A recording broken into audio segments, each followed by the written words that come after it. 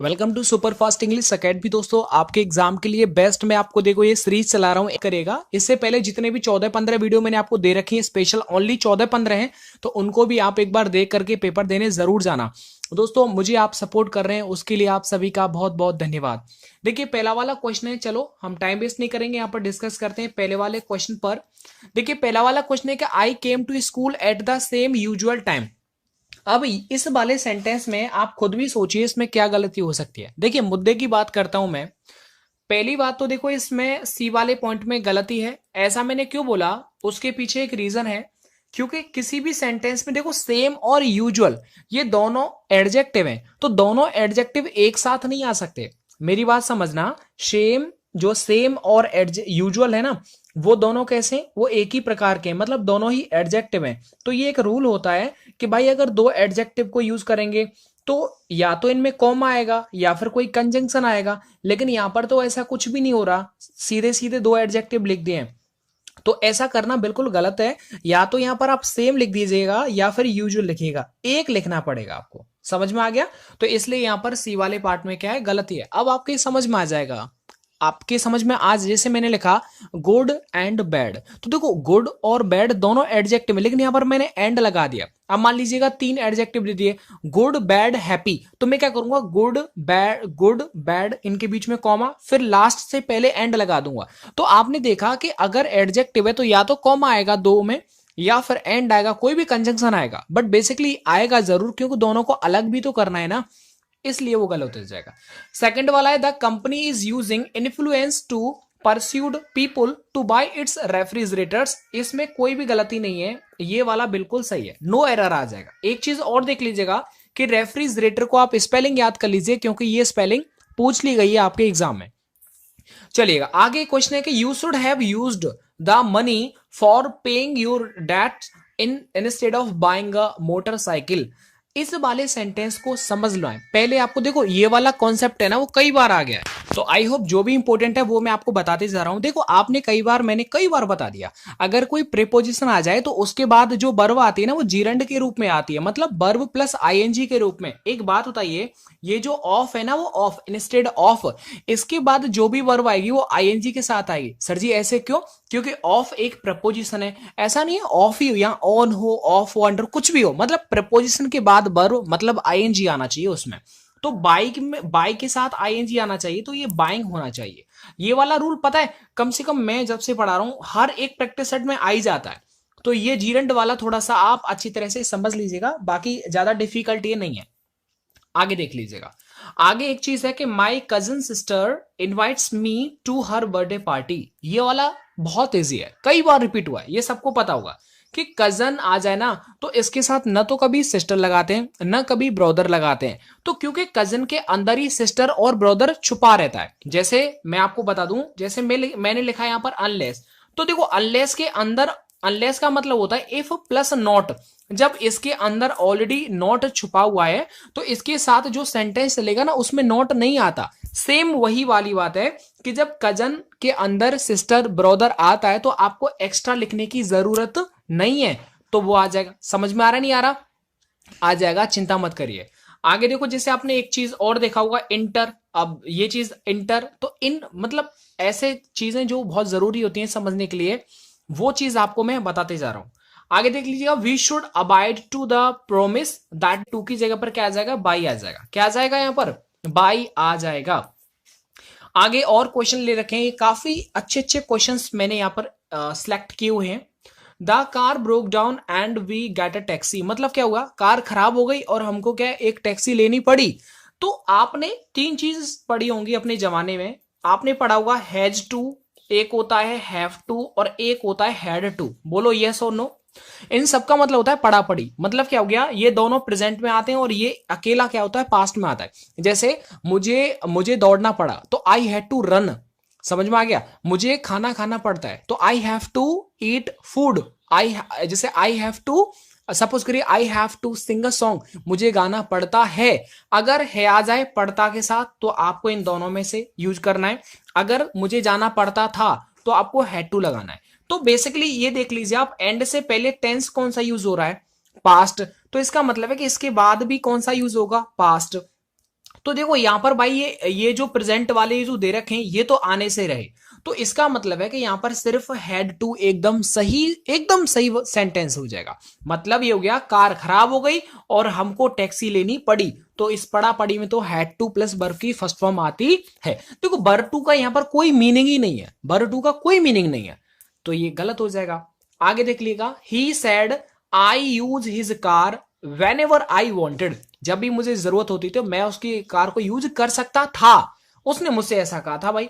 अब ये समझ लीजिए आप यहां पर पॉसिबिलिटी को शो कर रहा है, ये देखो ये पहले क्या आ रहा है, पास्ट आ रहा है, इसका मतलब देखो आगे भी पास्ट आ रहा है, मतलब इस बीच में भी पास्ट चलेगा, तो इसका मतलब हो गया कि जो फ्यूचर और प्रेजेंट दे रखा है ये तो हट ही जाएगा। ये ऐसे करके समझा करो आप। तो पॉसिबिलिटी के लिए क्या होता है बताओ, या तो कैन आता है या फिर मे आता है, तो कैन और मे का पास्ट क्या हो जाता है बताओ, पॉसिबिलिटी संभावना के लिए, या तो कुड होगा या फिर माइट हो जाएगा, तो यहां पर कुड वाला ऑप्शन एकदम सही है। आगे देख लीजिएगा, he will not work he is compelled.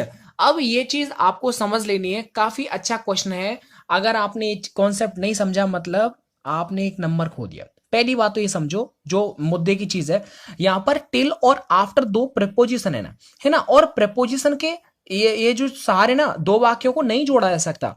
Preposition से दो वाक्यों को कंजंक्शन से जोड़ते हैं ना दो वाक्य, तो कभी भी प्रीपोजिशन से दो वाक्यों को जोड़ा जा सकता है कि देखो एक तो ये हो गया एक ये हो गया, तो टिल और आफ्टर ये तो प्रीपोजिशन है, ये तो आएगा ही नहीं।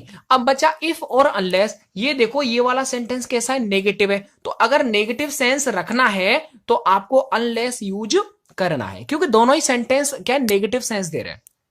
आगे देख लीजिएगा, आगे देखो, द टीचर सेड डिसअपॉइंटेडली, मतलब टीचर ने बहुत दुखी पूर्वक मतलब ये हो गया कि दुखी होते हुए कहा, there is in my class who can solve this problem, यानी मेरी क्लास में कोई भी नहीं है, मतलब मेरी क्लास में कोई भी नहीं है जो इस प्रॉब्लम को सॉल्व कर सकता है।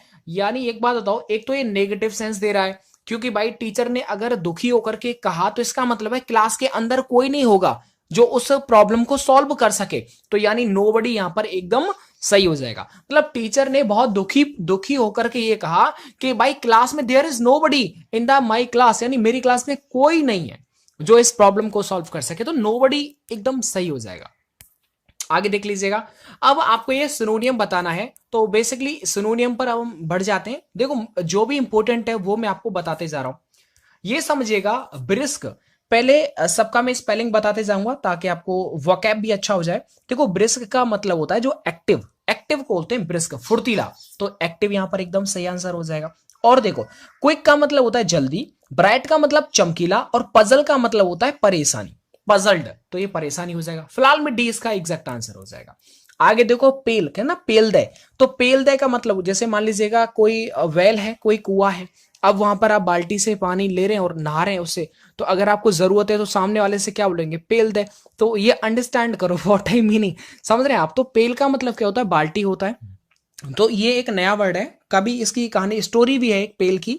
तो पेल का मतलब होता है बकेट, तो यहां पर बाल्टी एकदम सही हो जाएगा। पेल दे मतलब क्या होता है ना, बाल्टी दे, समझ में आ गया।